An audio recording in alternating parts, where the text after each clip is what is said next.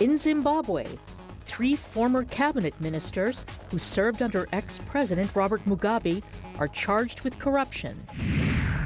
President Donald Trump keeps the spotlight on North Korea. And one-legged footballers in Egypt aspire to a league of their own. Africa 54 starts right now.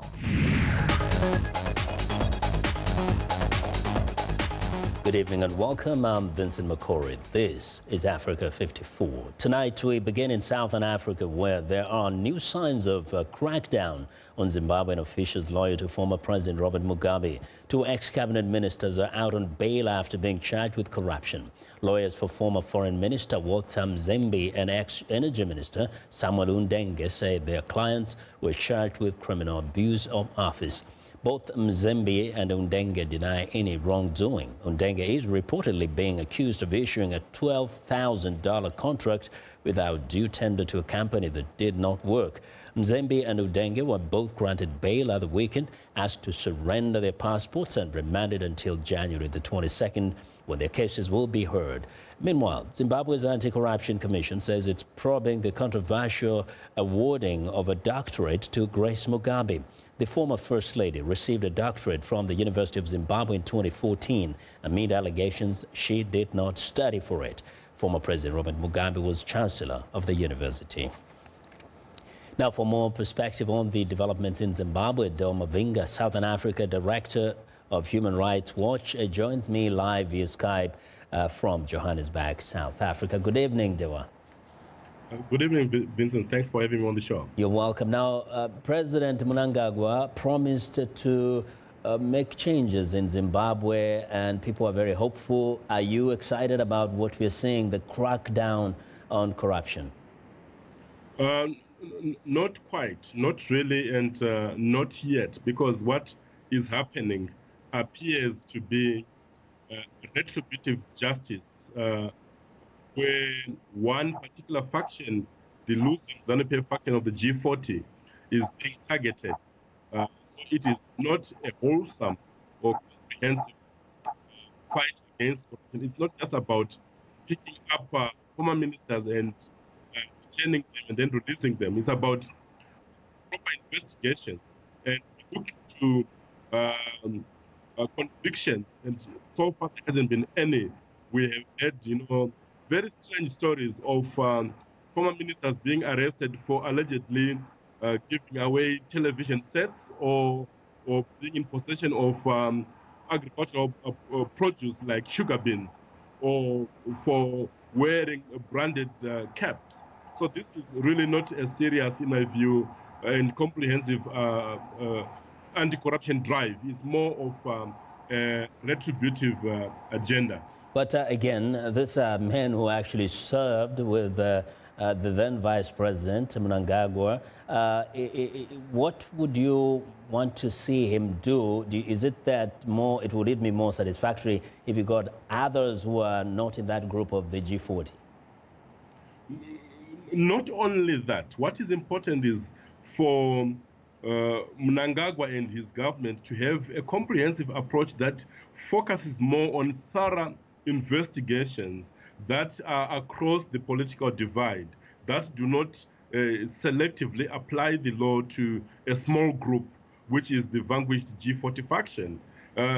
So we also need to look at the more serious crimes of corruption on a grand scale. We have had cases of $15 billion US allegedly being siphoned from the diamond revenue. Those are the cases we are talking about, not cases where ministers are found in possession of, say, 30 bags of maize and they are arrested for that. We need proper investigations and a move away from this populist cameras approach to just, perhaps present people as being arrested, but without proper investigations. We know that the other things that Zimbabweans were looking forward to is like to see the correction in the area of human rights, the respect for people's human rights, and expanding the space so people can express themselves. Do you see any progression in that area? Not yet, and it's a disappointment because this is one area where Mnangagwa and his team could easily and quickly make progress by making the right pronouncements in terms of support for human rights. But there have been slow steps. We have had now in the last few days the signing into law of the National Peace and Reconciliation Commission Act. That is positive. But what we also want is a pronouncement that there will be accountability for past abuses, particularly those in which the military have been implicated. You will know that for the big human rights abuses in the past, including Kukurawundi in the 80s, or the political violence of 2008 elections, the military was heavily involved and at the center of those abuses. So we want to see Mnangagwa turn on the army and say they must be held accountable, and going forward, there will be respect for the rule of law and for due process of law, because that's one thing that is missing here. What it appears that there is harassment of opponents and not due process of law. Indeed, is on the spot now. We will be watching to see how it proceeds from here. Dewa, we want to thank you very much for your insight. Thank you so much, Vincent. That's Dewa Mavinga, who is the Southern Africa Director for Human Rights Watch. Now, an army spokesman says gunmen killed 13 people and wounded 7 others in the forests of Senegal's southern region of Casamance over the weekend. It is not clear who was responsible or what the motive was for the attack on a group of civilians searching for firewood near the town of Borofaye. That's about 10 kilometers from the Guinea-Bissau border. The area is home to separatist rebels who, in 1982, formed what is now one of Africa's oldest rebellions in their search for independence from northern Senegal. Now, the movement of Democratic Forces for Casamance is active in the area of southern Senegal, which is separated from the more affluent north by Gambia. The death toll from an outbreak of listeria in South Africa has topped 60 in the past month. The country has recorded 727 cases of food poisoning due to the disease since the beginning of last year. Authorities say they have closed a poultry slaughterhouse in Pretoria where the bug that causes listeriosis has been detected. Health Department officials say it is not clear whether this slaughterhouse was the source of the outbreak.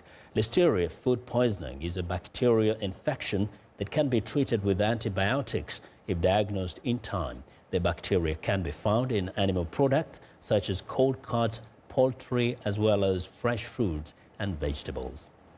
Well, the number of refugees and migrants arriving in Italy is dropping, but it doesn't feel that way in the picturesque town of Ventimiglia near the French border.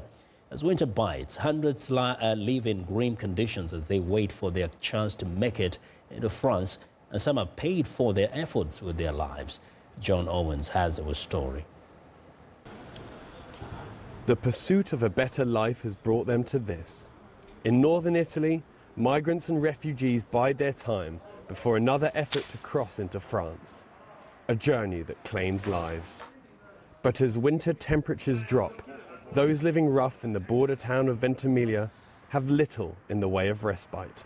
Here is very difficult, not easy to live here under the bridge, because you have to cover yourself by blanket, and this blanket is not enough to make you heat.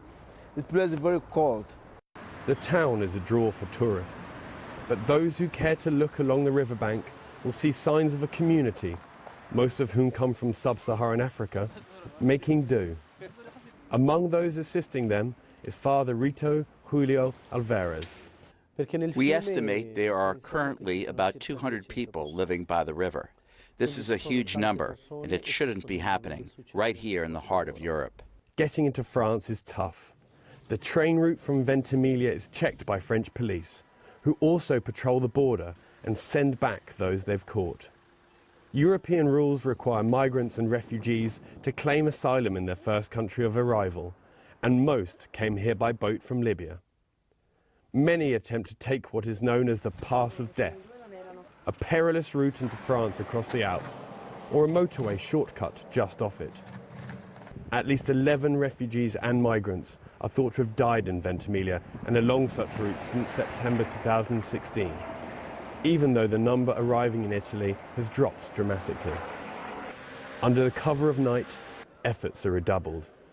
Those taking the train risk being put on a bus all the way back to South Italy. But the desire is strong to leave a country where unemployment is high. Meanwhile, children are among those making the journey, and their rights are being flouted, claims one NGO worker. We are monitoring the situation. What French police do with minors, for example, because the minors have the right to enter and ask for asylum in France, but at the moment the border is closed. A nearby camp housing 450 migrants and refugees is full, and Salah Bakr Alam prefers to stay away. He fears living there will increase his chances of remaining trapped in Italy.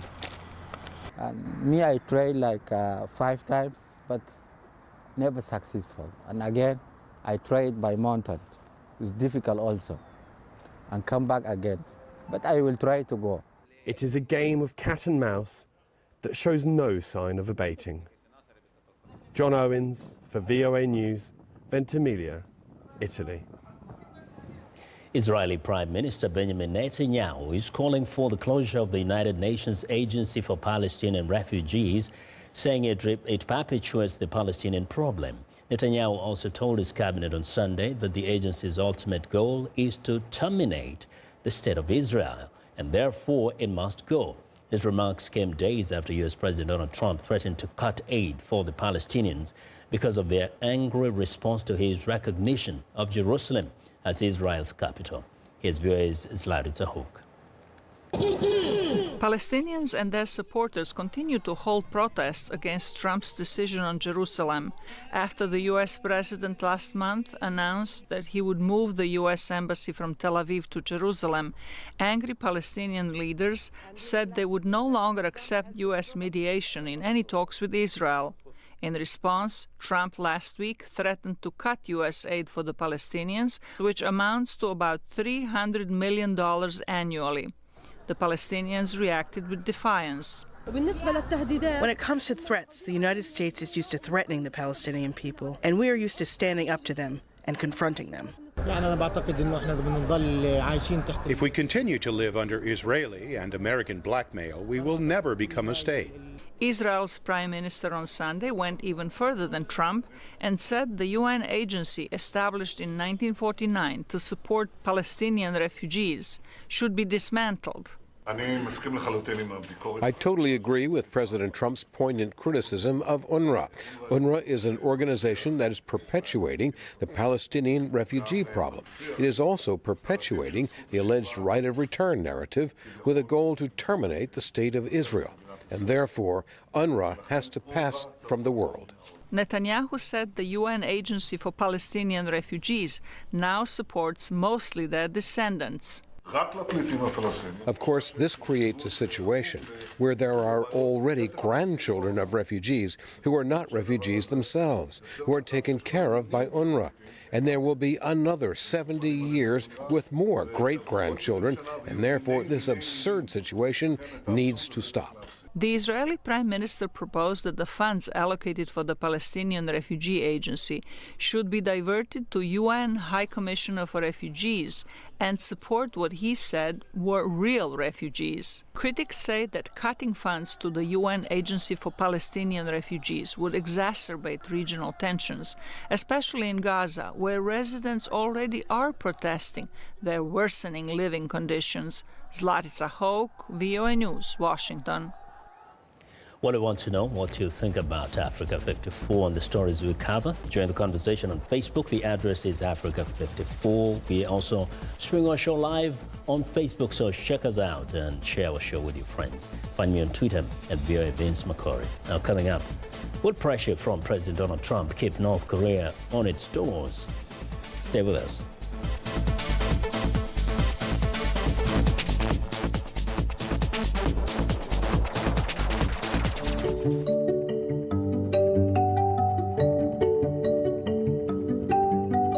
This is a country that I chose to become a citizen.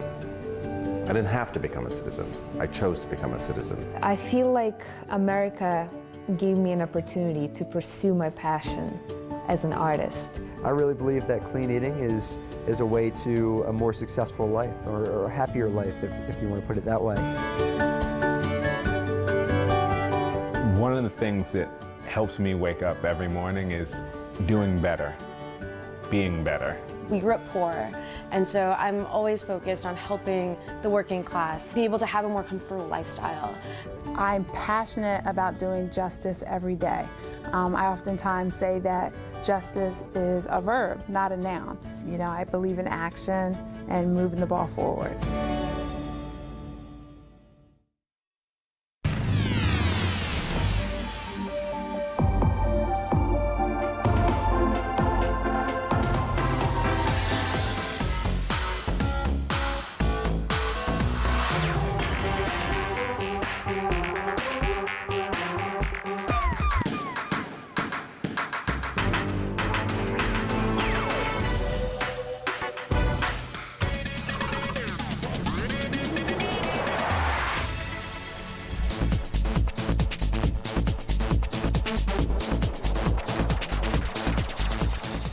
Well, the Trump administration has not shied away from expressing support for the thousands of Iranians who are protesting against government corruption and economic hardship. And while U.S. officials have threatened targeted sanctions against those who crack down on demonstrators, President Trump is facing a January 13th deadline on whether to reimpose economic sanctions against Iran that was suspended under the 2015 nuclear deal. VOA's Aru Pandey has more from Washington. As angry anti-government demonstrators poured into the streets of Iran over the past week, the Trump administration's message to Iranian protesters was clear. I can assure you, the United States and the wider world stands with the people of Iran who want a better, more prosperous and freer future. In an interview with VOA this week, Vice President Mike Pence drew a stark contrast between the current administration's response and that of former President Barack Obama's administration during Iran's 2009 demonstrations following Iranian presidential election results. The contrast between the silence and the failure to support freedom in the last administration and President Trump's unapologetic willingness to stand with the courageous people of Iran. I know it is giving hope to the people on the streets of those cities across that country. Washington Institute for Near East Policy's Patrick Clausen. Donald Trump likes to show that he is entirely different than Barack Obama, so it's not surprising that Trump has spoken out in favor of the protesters' right to protest and in fact in favor of their cause.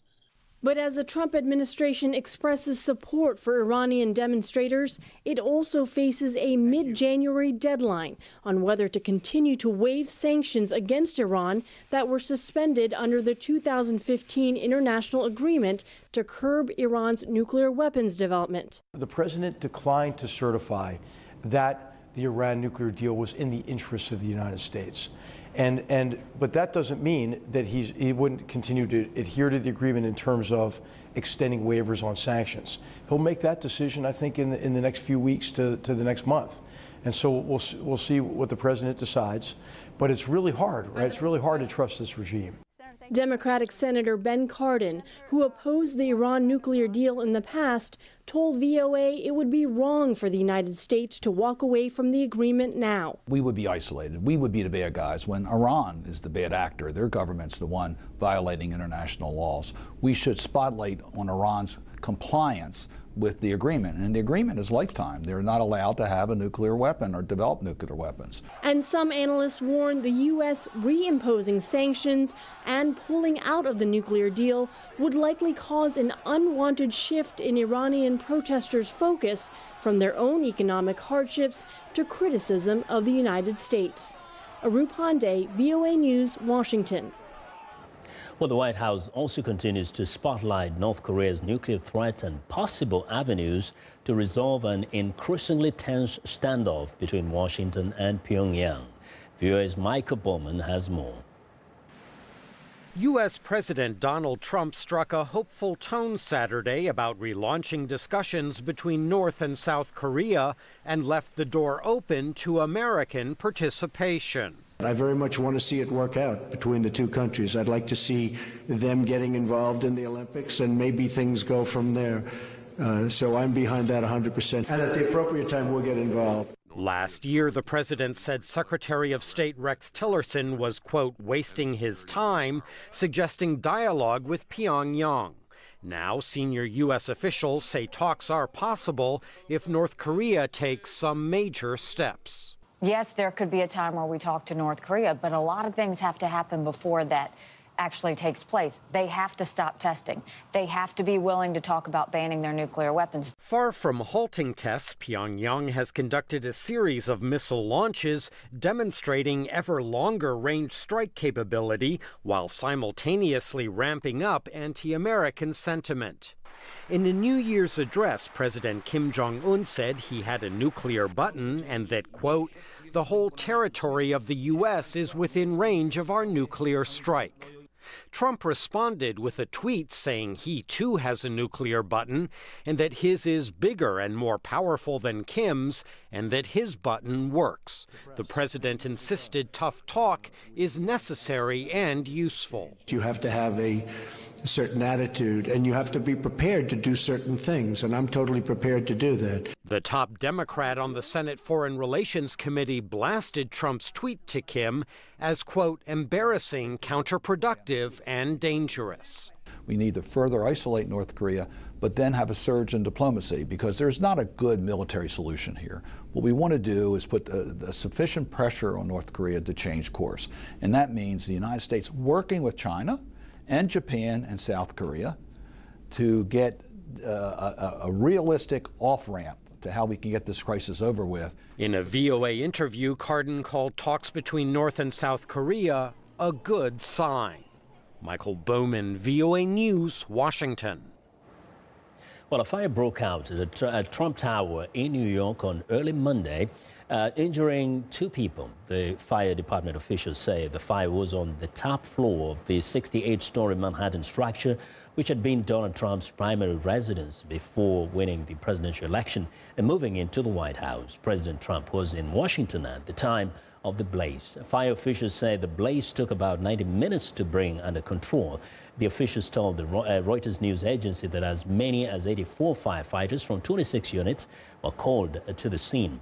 It is not clear what may have started the fire. Well, it's time now for a short break. Still to come on Africa 54, the Egyptian athletes who aren't letting a disability get in the way of their football dreams. We'll be right back.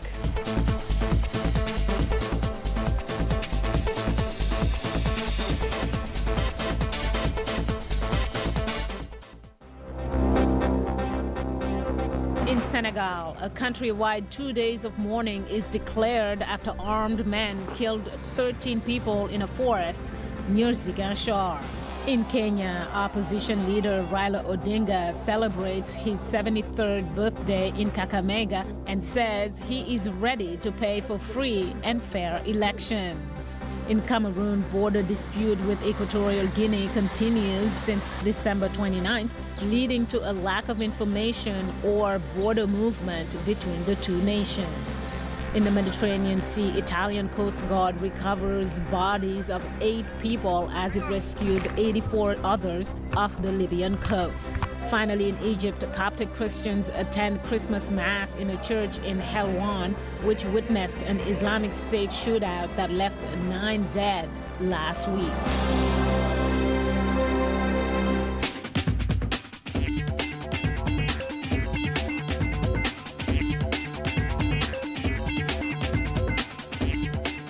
Welcome back to Africa 54, and here's what's trending. Hollywood's new era of power dressing was on display on the red carpet at the 75th Golden Globes Awards. Outfits that emphasized the shoulder and drew attention to the belted midriff suggested a superhero's costume. All this was rooted in not so basic black, a showing of fashion solidarity organized to highlight the issues of sexual assault, harassment, and gender inequality. There were other occasional flashes of bare skin on the red carpet, though the deep plunging necklines of past seasons was much less prevalent. Well, next up, one of Finland's largest food companies is selling what it claims to be a first insect bread.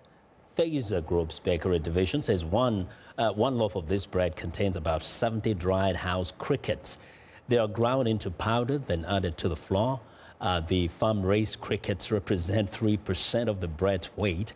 Fazer says there isn't enough cricket flour available for now to support sales nationwide, but the aim is to have the bread available in 47 bakeries in Finland in a subsequent round of sales. Now, the United Nations Food and Agriculture Organization has promoted insects as a source of human food, saying they are healthy and high in protein and minerals. Well, Tel Aviv's Imperial Craft Cocktail Bar is in particularly good spirits. That's because it's made it into the world's 50 best bars in 2017, tucked away in a 3-star hotel just meters away from the Tel Aviv beaches. The bar has been a game changer in the area. It opened in 2013 and has a laid-back colonial-era feel. Now, the owners of the bar brought international bartenders from London, Paris, New York, and Athens to curate cocktails with originality. And that's what's trending today. Now, a group of disabled Egyptians is not letting the lack of having lost a leg interfere with playing football. They have formed a team they hope will be a part of a football league for people with special needs. Here's VOA's Faith Lapidus. Mahmoud Tawfiq, who lost his leg in a road accident more than 20 years ago, is now captain of Egypt's first amputee football team. I started bringing the people in, and Coach Yusri, the team coach, called me to start training me on freestyle football. I told him I have another dream of becoming a real-life football player, not just a freestyle footballer who has skills. 25 players from different parts of the country train twice a week on a pitch in Cairo, all sharing the same dream to eventually become Egypt's first recognized professional amputee football team. Coach Yusri Ibrahim imagines a local federation which could regulate a domestic league for the disabled. We have players from different cities, such as Alexandria and Manufia. In each governorate, we are asking the players to form a team to spread the game. Secondly, we went to the Paralympics Committee, and they were extremely receptive. We are advancing in positive steps to present the project to them, and God willing, we will go to the Minister of Youth and Sports. The rules for amputee football differ from association football. With 7 leg amputee players on each opposing team, the goalie has to have only one arm. Crutches are not allowed to touch the ball, and there are no offsides or limits to substitutions. But it is still football. I'm Faith Lapidus, VOA News. Wow, that is inspiring. That's our show for today. Now be sure to watch Africa 54 on our website at voaafrica.com for more news. Tune in to VOA's evening radio show, Africa News Tonight at 1800 UTC, and in the mornings to Daybreak Africa between 0300 and 0600 UTC, Monday through Friday. Thanks a lot for watching. From all of us in Washington, have a good night.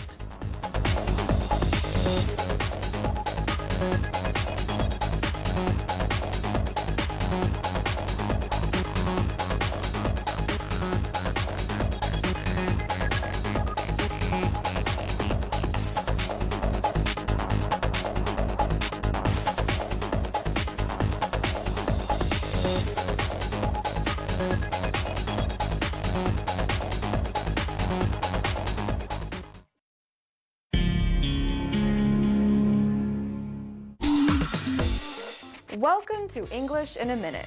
Some American English expressions sound like they could hurt. Hit the spot. Let's see if Anna and Jonathan can help us out. Have you been to the new restaurant down the street? I haven't. Is the food any good? It's delicious. I ate lunch there yesterday, and I had a hamburger that really hit the spot.